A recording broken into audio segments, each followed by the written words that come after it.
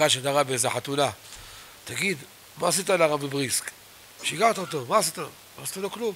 מה היה? פגשתי את הרב בבריסק, וסיפרו שהרב היה בגיל 32, 33, צעיר לימים. יצא אז הספר של הרב הראשון.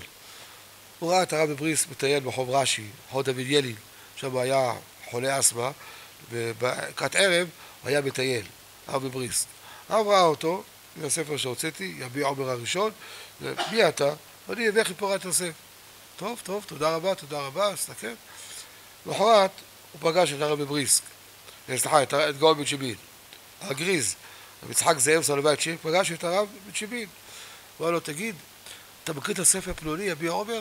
אני לא האמנתי שיש בספרדים כאלו חריפים, מקשים, מתרצים, בקיאים בכל הש"ס, כל אותו שפתים.